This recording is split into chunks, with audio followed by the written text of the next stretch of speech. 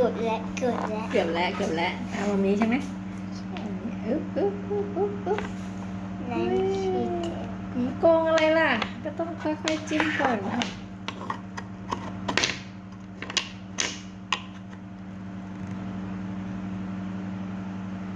นั้นมันหนักมากมันติดกัน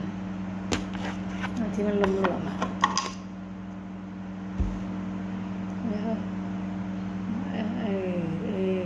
ค่อยๆมือเบา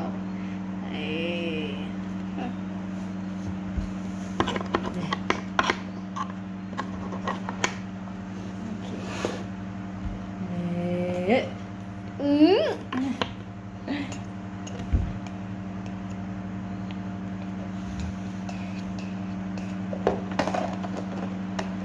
ออกได้แล้วเอาบนเนี่ยนะเขาน่าจะมีกฎไม่ได้หยิบให้หยิบอันบนนะ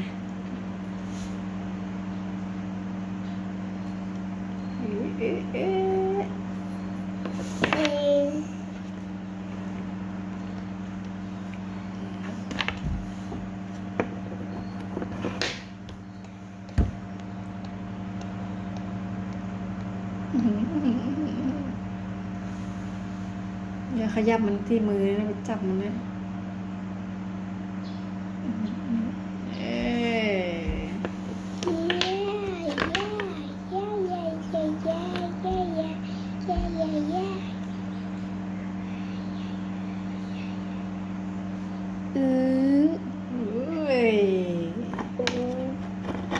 ลาวิน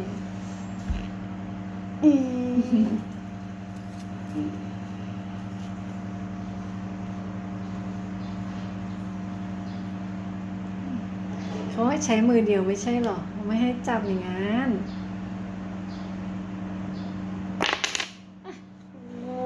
เขาให้ใช้มือเดียวสิอย่าจับ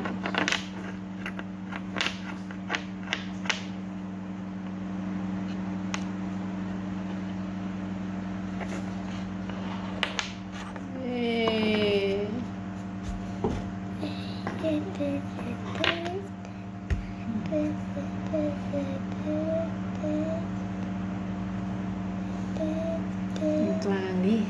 เดี๋ยวจับสิจับอย่างนี้ก็ล่นมือเดียว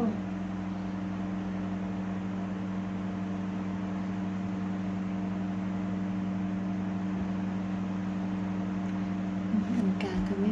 เล่นอันกลางนี่มันง่ายจะตาย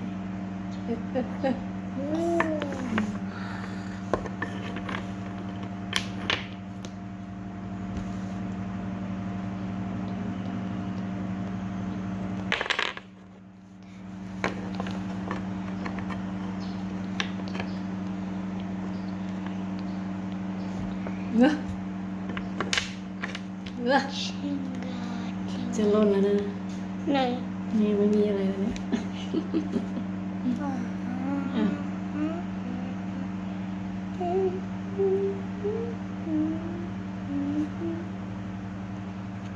ทำไมมันจะง่ายขนาดนั้นดูตัวกลางๆมันไม่ซิ่มล่ะ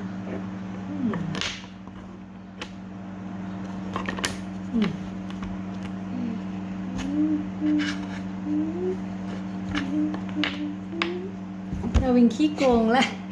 ไม่ใช่แล้วเขาไม่ให้หยิบอันบน แต่มามีหยิบข้างล่างใกล้ ข้างล่างโอเคข้างล่างโอเคห้ามหยิบอันบนนะอ้าว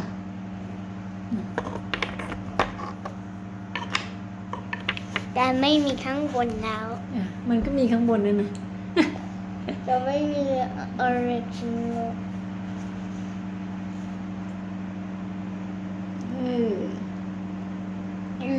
น้องจะได้หัดมือเบาๆมันมีกากบาท เร็วโอ้ยต้องมือดู อย่าใครขนาดเนื้อพันจะเลย ไม่รู้แล้วต้องมือเบาๆอ่ะมือเบาปะล่ะ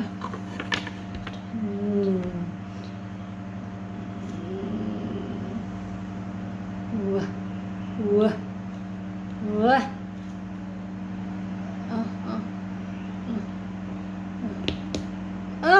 ทำอย่างนั้นได้ยังไงมันทำไม่ได้ ไม่ยันจำได้ ขี้โกง กา ทำไม่ได้ ไม่ได้ยังมีก็หยิบข้างบนออก ข้างนั้นเราจะหยิบข้างบนออก โอ้ตามนี้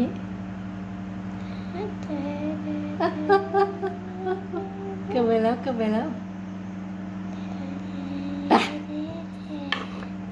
ดาวินมัน เพราะว่าหมอมีขี้โก ดาง วินขี้โกงก่อนเนี่ยมันมีหยิบออกเพราะมันเอียงเล่นไม่ได้มันดูซิเหลืออันเดียวเนี่ย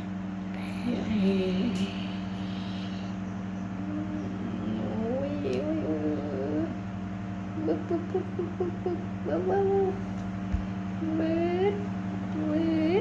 โอเค มีรูโถที่แล้ว นั่นน่ะสิทำไงล่ะตาดาวินอ่ะ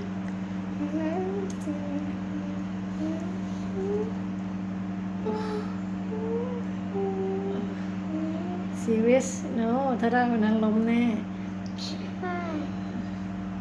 ต้องอันริมหรืออันกลางอะถ้าอันริมได้มาเนี่ยริมนี้หรืออันที่มันกลางๆกับริมที่มันมีคู่อะเอ้ยเก่งอ่ะนี่ออกได้ไหมเนี่ยได้ไหม อันไหน เนี่ยจะล้มแน่เลย ใช่อย่าจริงๆท อัน ำ นี้ เล ก็ ย ล้มแน่เลยเนี่ยอันนี้ล้มแน่ ครับ อันนี้ก็ได้เลย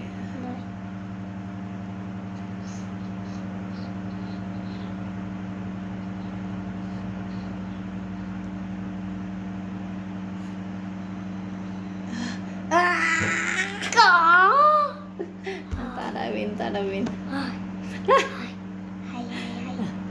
ใช่ ไหนละเนี่ยอันไหนละเนี่ยดาวินอันนี้ได้อยู่เนี่ยแต่ดาวินต้องเอาอันนี้ออกมาเนี่ย อีดันมามิชี้มามิ ขี้โกงได้ก็ตาดาวินแล้วตามันนี้อันนี้ก็ตาดาวินไงมันไม่ได้ขี้โกงนะสลับกันไม่ใช่หรอสลับกันหยิบ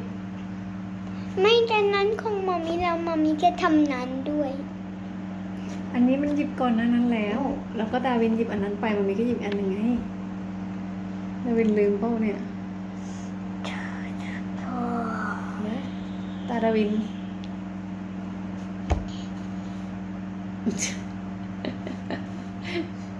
ตึกถล่มแน่ไม่มีไหนแล้วเนี่ยมันมีว่าทำดีๆสิมีว่าไม่ได้สักอันแล้วเนี่ยอันนี้เสี่ยงมากเลย อะไร เนี่ยอันเดียวเนี่ยอันเนี้ยได้ไหมอันเนี้ยน่าจะได้เนี่ยถ้าดาวินมือเบาอ่ะอย่าให้ข้างบนขยับ